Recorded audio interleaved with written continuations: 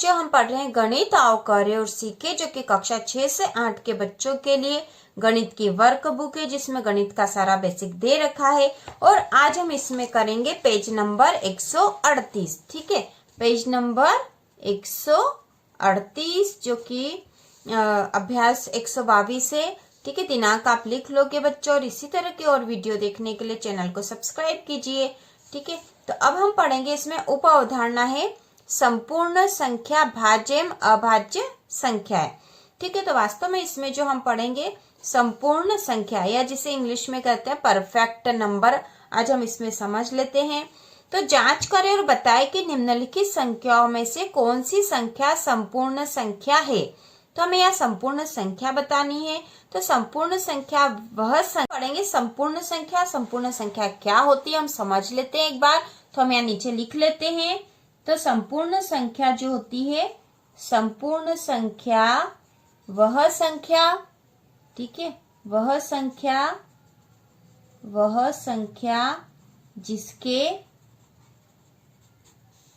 संख्या जिसके सभी गुणनखंडों का योग उस संख्या का दुगुना होता है। ठीक है, तो संपूर्ण संख्या कौन सी संख्या कहलाती है? वह संख्या जिसके सभी गुणनखंडों का योग उस संख्या का दुगुना होता है। तो गुणनखंड कैसे निकालते हैं हमने पिछले वीडियो में देख लिया था बच्चों। यदि आपने नहीं देखा हो तो चैनल की प्लेलिस्ट पर जाकर देख सकते हो। तो अब हम पढ़ेंगे संपूर्ण संख्या। ऊपर जो दे रखे हैं उसे हम हल कर लेते हैं। तो यहाँ पे संख्या दे रखी 6। तो हमें सबसे पहले यह संपूर्ण संख्या है या नहीं, यह बताने के लिए इसके गुणनखंड निकालने पड़ेंगे। तो 6 के गुणनखंड क्या क्या होंगे? 6 के गुणनखंड होंगे 1। ठीक है, तो गुणनखंड वह होते हैं, ठीक है, गुणनखंड वह होते हैं जिस संख्या का, ठीक है, जिसका भाग, जिसे 1 है तो 1 का भाग 6 में पूरा चला जाएगा, तो यह उसका गुणनखंड कहलाएगा। ठीक है, तो 1 का भाग तो हर संख्या में चला जाता है। इसके बाद आएगा 2 का भाग भी 6 में पूरी तरह से चला जाएगा। ठीक है, 2 का पहाड़ा 3 बार बोलेंगे तो 2 तिया 6 हो जाएगा। ठीक है, इसके बाद आ जाएगा 3, क्योंकि 3 दूना 6 होता, मतलब 3 से भी 6 पूरी तरह से कट जाएगा, पूरा भाग चला जाएगा। उसके बाद आएगा 6। तो इस प्रकार हमें 6 तक की संख्या प्राप्त हो गई है ना। 6 से भी 6 का भाग 6 में चला जाएगा। तो इस प्रकार यहाँ जो संख्या प्राप्त होगी, यदि इनका योग करें हम, ठीक है, इनका योग यहाँ पर करके देखें, 1 धन 2 धन 3 धन 6। हम योग क्यों कर रहे हैं? क्योंकि हमें पता करना है कि क्या ये संपूर्ण संख्या है या नहीं, इसलिए योग कर रहे हैं। ठीक है, तो इनका यदि योग करेंगे तो आ जाएंगे 12। तो 12 6 का डबल होता है क्या?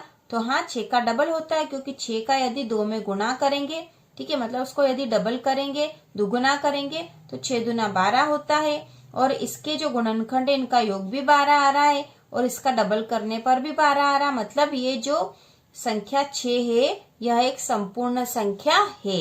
ठीक है, यह एक संपूर्ण संख्या है।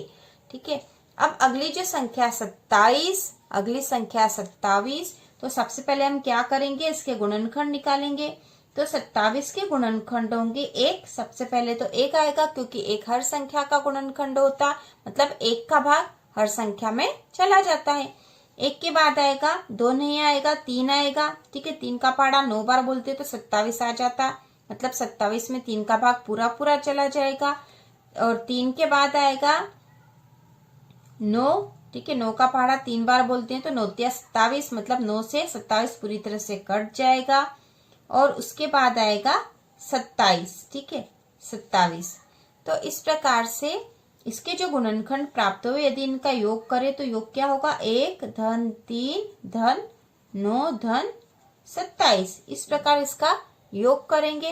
क्यों? क्योंकि हमें पता करना कि क्या है संपूर्ण संख्या है। यदि इसका योग इस संख्या के डबल के बराबर आता है तो यह संख्या संपूर्ण संख्या होगी। ठीक है, तो इनका योग करने पे आ रहा है 3 और 1 4, 4 और 9 हो गए हैं 13, और 13 में 27 जोड़ देंगे। ठीक है, तो 7 और 3 10 की 0, असिल का 1, 2 और 1 3 और 1 4, 40 आते हैं। ठीक है, यदि हम ये इनका जोड़ करेंगे इन संख्याओं का जोड़ करेंगे तो हो रहा है 40 और 27 को डबल करने पे कितना आएगा। ठीक है, यदि हम 27 को डबल करेंगे मतलब इसको दुगुना करेंगे तो आ जाएंगे 27 में 2 का गुणा कर देते 2 का पहाड़ा 7 बार बोलेंगे, 2 7 14 की 4, हासिल का 1, 2 दूनी 4 1 5।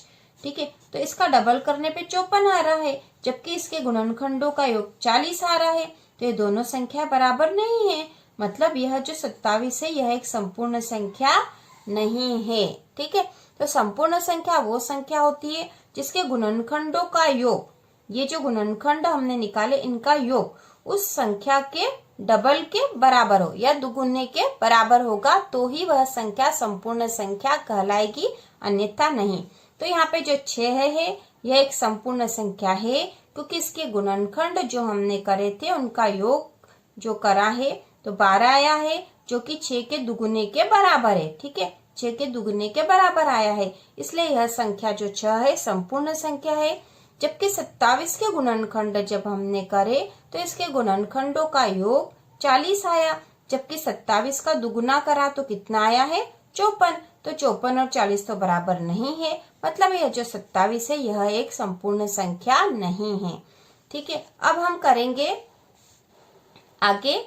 अगला जो प्रश्न दे रखा है, निम्नलिखित संख्याओं में से कौन सा युग्म सह अभाज्य संख्याएं हैं, जांच करें और बताएं। तो बच्चों यहाँ पे युग्म सह अभाज्य संख्या बतानी है।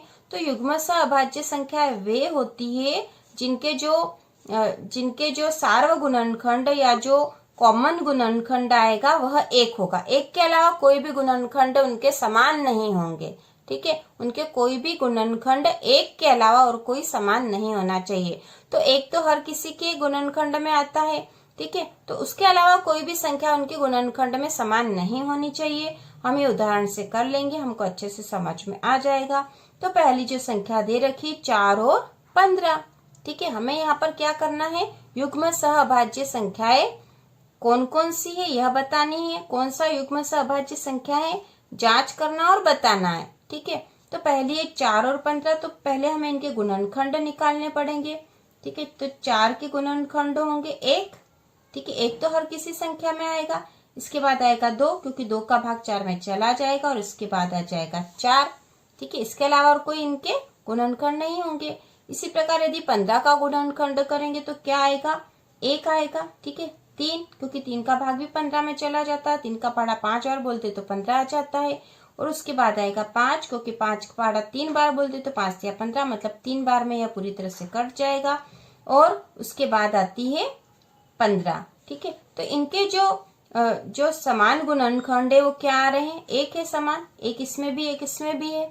क्या इसके अलावा और कोई भी है जो समान आया है दोनों में, तो और कुछ भी नहीं है।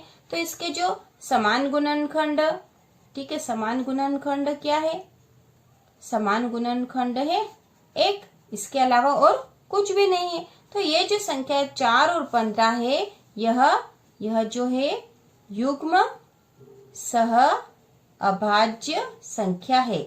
ठीक है, युग्म सह अभाज्य संख्या है।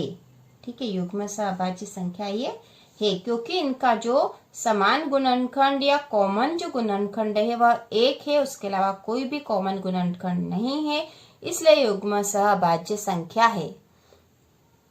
तो अगला जो सवाल है, अगला जो दूसरा क्वेश्चन है वह है 15 और 37। तो 15 के यदि गुणनखंड निकालेंगे तो क्या क्या होंगे, 1, 3, 5 और 15, यह हमने अभी करा था यहाँ पर। उसी प्रकार यदि 37 के गुणनखंड निकालेंगे तो क्या होंगे, 1। ठीक है, और हो जाएगा 37 ही क्योंकि 37 में और किसी का भाग जाता ही नहीं है। तो यहाँ पर जो कॉमन गुणनखंड आया बच्चों क्या आ गया है, 1। ठीक है, 1 के अलावा कुछ भी नहीं है, तो यह संख्या भी क्या होगी, युग्म सह अभाज्य संख्या है। ठीक है, यह संख्या भी जो है युग्म सह अभाज्य संख्या है क्योंकि इसका जो कॉमन गुणनखंड है वह 1 ही, 1 के अलावा और कुछ भी नहीं है। अब नीचे जो संख्या दे रखी है वह दे रखी है 17 और 68। तो हम देख लेते हैं कि क्या यह भी युग्म सह अभाज्य संख्या है या नहीं है। तो 17 के गुणनखंड निकालेंगे तो 17 के गुणनखंड होंगे 1, 1 तो आएगा ही सही, और 1 के बाद 17 और किस में आता है, तो 17 और किसी में नहीं आता है, अभाज्य संख्या 17 में ही आएगा। ठीक है, उसी प्रकार यदि 68 के 68 के हम गुणनखंड निकालेंगे तो होंगे 1, ठीक है, 2, फिर 2 के बाद हो जाएगा 17 के बाद आएंगे 34, ठीक है, 34 दूना 68 होता है और फिर आ जाएंगे 68।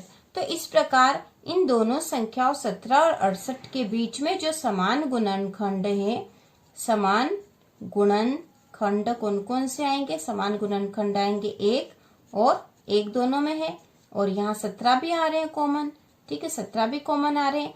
तो यह जो दो संख्याएं 17 और 68 है, यह युग्म सह अभाज्य संख्या नहीं है, क्योंकि इसमें 17 जो गुणनखंड है दोनों में कॉमन आ रहा है, तो यह युग्म सह अभाज्य संख्या नहीं है, ठीक है। इसी प्रकार अगली जो संख्या है 12 और 18, तो 12 के यदि गुणनखंड निकालेंगे तो होंगे 1, 2, ठीक है, 2 का भाग 12 में चला जाएगा, 3, क्योंकि 3 चौक 12 होते, 3 का भाग भी चला जाएगा, 6, ठीक है, 6 के बाद आ जाएंगे 12।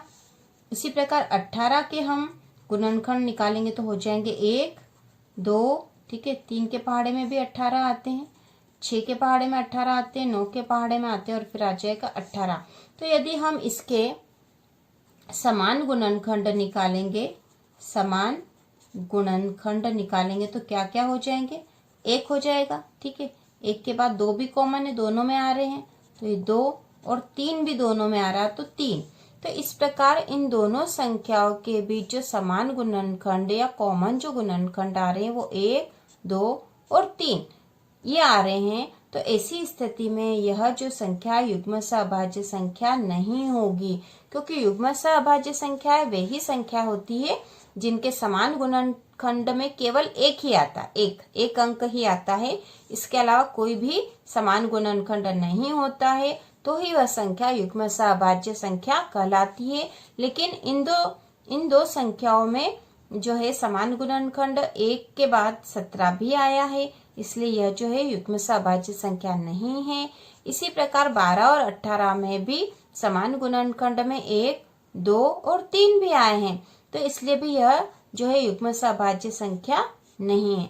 तो इस प्रकार बच्चों आप समझ गए होंगे कि युग्म सह अभाज्य संख्या और संपूर्ण संख्या क्या है। तो संपूर्ण संख्या हमने पहले ही देख ली थी कि संपूर्ण संख्या वे संख्या होती है, ठीक है, संपूर्ण संख्या वे संख्या होती है जिनके गुणनखंड का योग उस संख्या के दुगुने के बराबर होता है। तो यहाँ पे जो 6 है इसके गुणनखंड का योग हमने करा था और वह इसके दुगुने के बराबर था, इसलिए यह जो एक संपूर्ण संख्या है।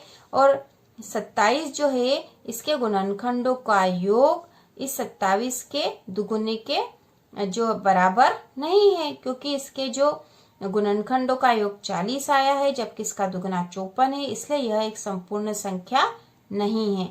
तो हम यहाँ पर 6 को लिख देते हैं संपूर्ण संख्या, ठीक है, संपूर्ण संख्या, ठीक है, और यह जो 27 है संपूर्ण संख्या नहीं है। उसी प्रकार हमने यहाँ पर युग्म सह अभाज्य संख्या भी निकाल ली है। तो युग्म सह अभाज्य संख्या वे होती है जिनके जो दोनों के गुणनखंड निकालने पर कॉमन गुणनखंड या समान गुणनखंड केवल एक आता है, क्योंकि एक सभी का गुणनखंड होता है और एक के अलावा कोई संख्या उनके समान गुणनखंड में नहीं होती, तो वह संख्या युग्म सह अभाज्य संख्या कहलाती है। 4 और 15 युग्म सह अभाज्य संख्या है क्योंकि इनका जो कॉमन गुणनखंड है वह केवल एक है। उसी प्रकार 15 और 37 भी युग्म सह अभाज्य संख्या है क्योंकि इनके समान गुणनखंड या कॉमन गुणनखंड में केवल एक आया और कोई संख्या जो इसमें है कॉमन गुणनखंड नहीं थी, इसलिए युग्म सह अभाज्य संख्या थी। लेकिन 17 और 68 में समान गुणनखंड में 1 के बाद 17 भी आया था, इसलिए यह जो है युग्म सह अभाज्य संख्या नहीं है। उसी प्रकार 12 और 18 भी युग्म सह अभाज्य संख्या नहीं है।